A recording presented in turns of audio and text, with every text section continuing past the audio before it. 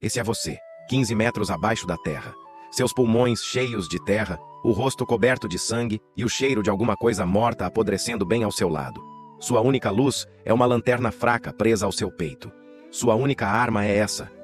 Pistola, que, honestamente, não vai ajudar muito nesses túneis apertados. E sua única saída? Talvez esteja atrás de você. Ah, olha só. Parece que sua bateria acabou. Agora tá tudo completamente escuro.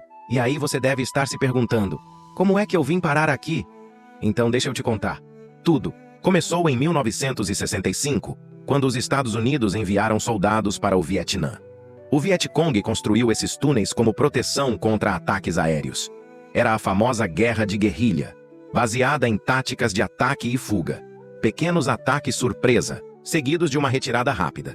Normalmente, isso acontecia quando alguém pequeno estava lutando contra alguém muito maior. Eles não tinham chance num combate direto, então precisavam lutar de maneira diferente se quisessem ter alguma chance. Esses túneis permitiam que o Vietcong se movimentasse sem ser visto, se aproximasse silenciosamente das posições inimigas e fugisse rápido. Eles tinham rotas de armazenamento e de fuga com mais de 120 quilômetros de passagens, algumas com mais de 40 metros de extensão e centenas de entradas. Era praticamente impossível descobrir onde estavam escondidos. E não bastava esses túneis serem absurdamente longos e confusos. Eles também eram extremamente mortais. Muitos estavam cheios de armadilhas, como as estacas de bambu afiadas chamadas de punji sticks, ou explosivos. Essas armadilhas eram projetadas para matar qualquer um que entrasse sem ser convidado. Tinha armadilhas de mola, acionadas por pressão no chão ou pelo movimento de um intruso. Quando ativadas, lançavam objetos cortantes, como lâminas ou ganchos, ou desencadeavam uma lança de bambu afiada para perfurar o alvo. Tinha também as armadilhas de queda, grandes troncos ou pedras pesadas, suspensos por cordas ou outros mecanismos. Quando ativadas, esses objetos caíam em cima da vítima, esmagando. E claro, não podia faltar as apavorantes armadilhas de gaiola suspensa. Uma rede ou jaula que caía do alto ou se abria de repente, prendendo a vítima dentro. Às vezes, cobertas com objetos cortantes ou materiais ainda mais nocivos. E como se já não fosse suficiente, alguns túneis liberavam gases venenosos, como cianeto ou outros vapores tóxicos, quando alguém acionava a armadilha. Para piorar, esses túneis eram extremamente estreitos, claustrofóbicos e muitas vezes completamente escuros. Definitivamente não era o lugar ideal para quem, como eu, tem claustrofobia. Ou para quem, como eu, tem medo do escuro. Ou para quem, como eu, tem medo de terra. E além de tudo isso, soldados do Vietcong estavam escondidos por ali, prontos para te atacar a qualquer momento. Sua chance de vencer? Praticamente nenhuma. Eles eram treinados para lutar nesses túneis. Ou seja, você tinha pouca ou nenhuma chance. Os túneis eram úmidos, frequentemente alagados e cheios de insetos e ratos. A falta de ventilação dificultava a respiração e fazia com que doenças se espalhassem rapidamente. Construção precária ou bombardeios causavam desabamentos, prendendo ou matando quem estivesse dentro. Ou seja, além de tudo, você ainda tinha que se preocupar com o túnel desabando e te matando a qualquer momento. Então, é bom ter isso em mente. Ah, e a cereja do bolo: cobras e aranhas mortais. Depois de lidar com tudo isso, as regras do túnel são simples. Entre. Não morra. E se puder, mate quem estiver lá dentro. Os ratos de túnel eram geralmente homens no fim da adolescência ou início dos 20 anos. A média de idade dos soldados na Guerra do Vietnã era entre 19 e 20 anos. A média de idade dos que morriam, cerca de 22 anos. E ao todo, cerca de 58.220 soldados americanos morreram na Guerra do Vietnã, enquanto o total de vítimas chegou a aproximadamente 3 milhões. Os ratos de túnel, às vezes, se voluntariavam para esse trabalho suicida, porque queriam lutar ou tinham algum treinamento especializado. Mas nem todos se voluntariavam. Alguns simplesmente eram designados para essa função. Os que acabavam como ratos de túnel eram geralmente mais compactos. Como eu disse, os túneis no Vietnã eram estreitos, normalmente com 60 a 90 centímetros de largura. Só soldados pequenos conseguiam passar. Isso significava que, às vezes, só quem tinha menos de 1,67 de altura ou pesava menos de 68 kg era enviado para lá. Por sorte, eu tenho 1,95 e sou forte. Mas infelizmente, para os meus reis baixinhos que estão assistindo esse vídeo, vocês teriam que fazer o melhor de vocês nesses túneis. Você nasceu bem na época do alistamento obrigatório. Então o governo bateu na sua porta no dia em que você fez 18 anos, para te dar os parabéns. Seu prêmio? Uma passagem só de ida para sua morte, num túnel, 15 metros abaixo da terra. Antes de ir para os túneis, você passou por um treinamento. Então, pelo menos, tinha uma chance. Mesmo que pequena, o treinamento era intenso, mas não preparava totalmente para os horrores que te esperavam. Você aprendeu a se mover em espaços apertados, a usar explosivos básicos e a manejar armas em combates corpo a corpo. Mas não tinha como simular o terror e a claustrofobia desses túneis. Então, os ratos de túnel precisavam confiar nos próprios instintos e se adaptar rápido.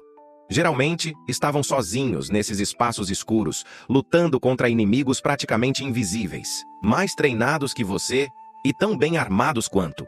O trabalho deles era limpar esses labirintos subterrâneos.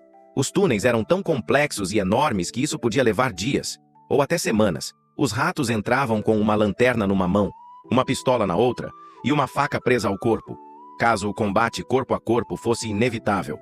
Você não sabia quem estava lá embaixo, nem quantas armadilhas havia, nem o que tentaria te matar em seguida. Não existiam muitos ratos de túnel. Estima-se que havia cerca de 120 no grupo original, e 36 deles morreram, uma taxa de mortalidade de 33%. Então, não é exatamente o tipo de estatística que você quer ouvir quando também é um rato de túnel, né? Todo mundo já sabe que esse trabalho é extremamente perigoso, mas a expectativa de vida é provavelmente a mais baixa que eu já ouvi. Um ex-rato de túnel disse que, para ele e para os colegas, a expectativa de vida era de 7 segundos. Sim, você era esperado para sobreviver, 7 segundos depois de entrar no túnel. Outro soldado disse que, na verdade, era de 2 dias ou menos. E quem estava certo? Bom, talvez nunca saberemos.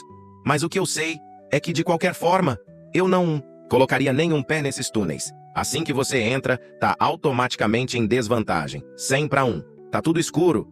Você nem sabe onde é cima ou baixo. Seus inimigos podem estar na sua frente, ou bem atrás, numa porta secreta que você nem viu. Então, vou deixar os reis baixinhos nos túneis enquanto eu continuo fazendo esses vídeos. Os dois trabalhos são, provavelmente, igualmente perigosos. E caso você consiga sair vivo dos túneis, sua vida não melhora muito não. Para começar, vários ratos de túnel morriam assim que saíam. Como havia poucas saídas, o inimigo podia estar esperando justamente na hora em que você aparecesse, pronto para acabar com sua carreira de rato. De túnel ali mesmo, e você ia cheirar horrivelmente mal.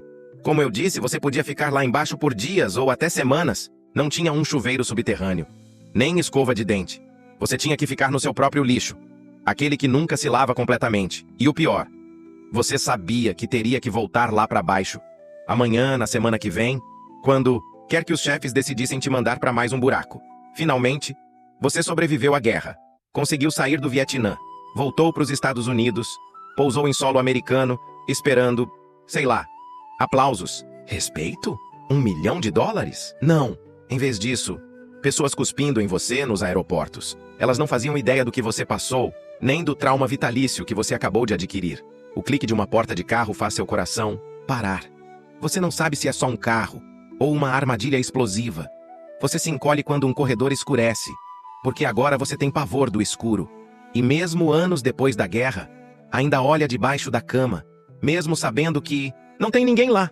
Tentar voltar a ter uma vida normal depois da guerra e dos túneis era quase impossível. Dormir? Boa sorte.